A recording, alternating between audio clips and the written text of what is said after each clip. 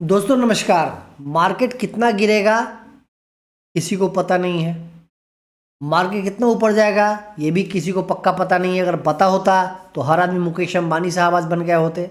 तो हर आदमी करते क्या है फिर, कैसे मतलब कोई प्रॉफिटेबल है कि लॉस में, कोई बहुत बड़ा पैसा बनाता है, किसी का पैसा नहीं बन पाता है।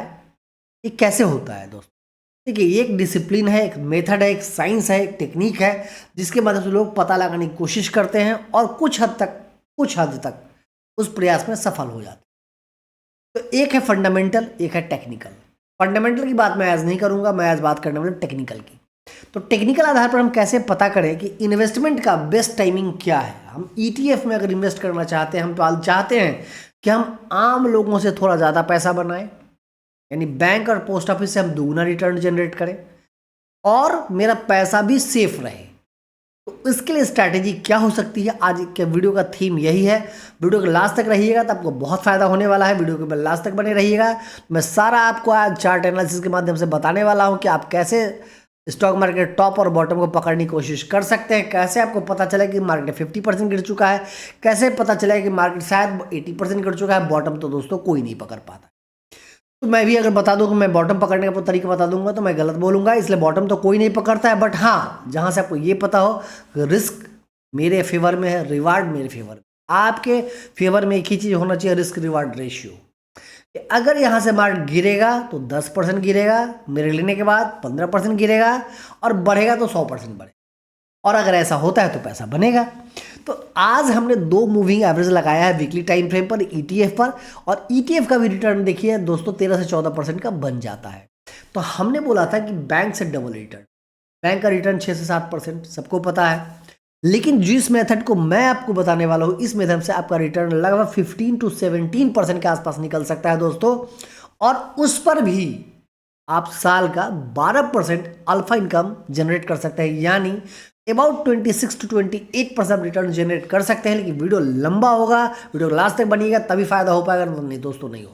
ठीक है, तो इस बात को आपको समझना पड़ेगा और वीडियो लास्ट तक रहिए। मैं सारा डिटेल्स आपको बताने वाला हूं। देखिए, वीकली टाइम फ्रेम पे मैंने ईटीएफ का लगा दिया है। निफ्टी पे भी आप ट्राई कर सकते हैं, लेकिन मैंने भी ईटीएफ लगाया है।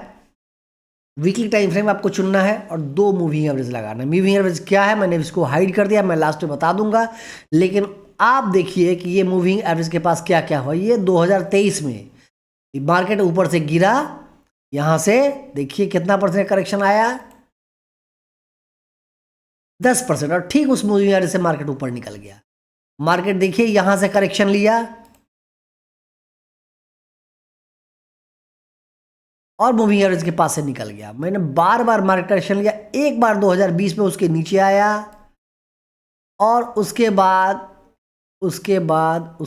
देखिए दोस्तों, देख लीजिए एक बार 2008 में नीचे आया। मतलब कि दो बड़ा जो इवेंट आया था 2008 और 2020, उसके अलावा हर बार इसने ये दोनों जो मूविंग एवरेज को सपोर्ट लिया है। तो पहला जो मूविंग एवरेज है यहाँ पे हम लोगों को बाई करना है और फाइनल हम लोगों को यहाँ पे बाई करना है। तो कैसे हम लोग स्ट्रैटेजी बना, देखिए मैं कोई आपका वित्तीय सलाहकार नहीं हूँ। कोई भी इन्वेस्टमेंट करने से पहले आप स्वयं अपना निजी राय आपका होना चाहिए या आप किसी वित्तीय सलाहकार से समझ लेंगे। मेरा सिर्फ एजुकेशनल पर्पस है, जिससे आप इन्वेस्टमेंट का बेहतर प्लानिंग कर सकते हैं। मैं आपको इसके लिए कोई फोर्स नहीं कर रहा हूँ, ना इसमें कोई मेरा पर्सनल इंटरेस्ट है। तो बस आप जब इस मूविंग एवरेज के पास आए तो आप अपने क्वांटिटी को अपलोड कर सकते हैं, यानी खरीद सकते हैं। और जब इस मूविंग एवरेज के पास आया तब पूरी क्वांटिटी के साथ खरीद सकते हैं और उसका चुपचाप बैठ जाना। मार्केट उसके बाद भी नीचे जा सकता है, लेकिन मार्केट पर भरोसा है, इंडियन मार्केट पर भरोसा। देखिए दोस्तों, एक बात समझ लीजिएगा, अगर मार्केट खत्म होगा ना तो दुनिया खत्म हो जाएगी, बैंक नहीं बचने वाला है। अगर आप क्या लगता है कि जितना स्टॉक मार्केट चल रहा है बिना बैंकिंग के चल रहा है, अगर ये खत्म होगी तो बैंक खत्म हो जाए तो फिर आपका पैसा बचने वाला कहाँ है? मार्केट खत्म, सब कुछ खत्म। हाँ, मार्केट क्रैश करेगा, मार्केट ऊपर से 80% गिर सकता है, रिकवर फिर भी करेगा, ऐसा नहीं है, मार्केट रिकवर करेगा। तो ये जो मूविंग एवरेज है, चलिए मैं आपको बता ही देता हूँ। देखिए दोस्त, बहुत सिंपल है।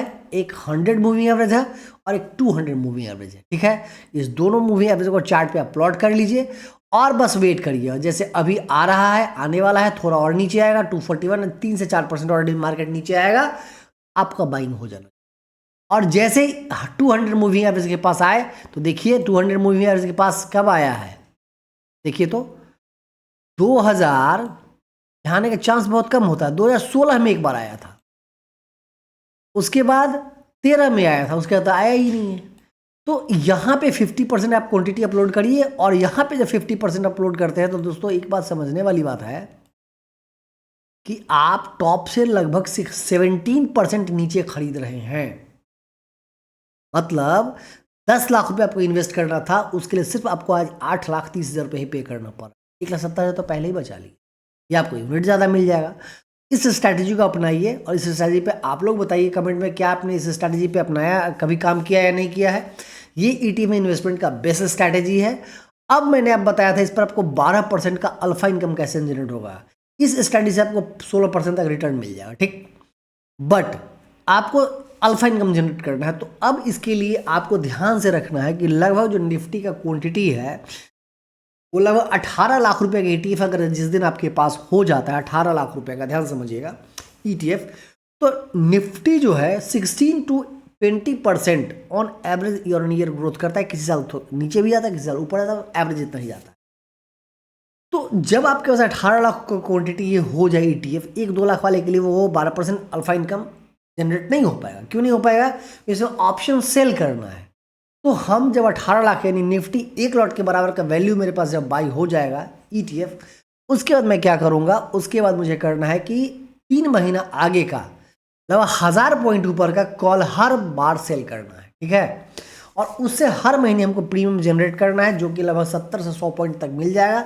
अगर वहाँ से आधा से 1% भी हमको मिल जाता है वहाँ से, तो लगभग वो पैसा 15-16 हज़ार रुपये अगर महीने में मिल जाता है, तो वो दोनों को जब हम कंबाइन करेंगे तो लगभग 28%। और अगर 6% भी साल का आप निकाले, आधा परसेंट में निकाल दिए, अगर आप रिस्क बिल्कुल नहीं लेना चाहते हैं, तो लगभग 20 से 22% रिटर्न जनरेट होगा, जो आम म्यूचुअल फंड आम लोगों से बहुत आगे होगा।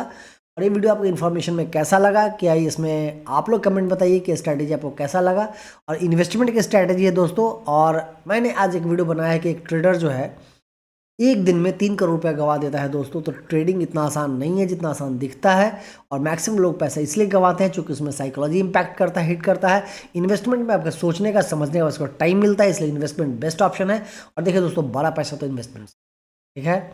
तो ये था ETF इन्वेस्टमेंट की बेस्ट स्ट्रैटेजी। आप लोग बताइए कमेंट में कैसा लगा, और मेरा पैसा अच्छा लगे तो चैनल को लाइक सब्सक्राइब शेयर भी करिएगा। मिलते हैं फिर अगले वीडियो में, तो थैंक यू वेरी मच।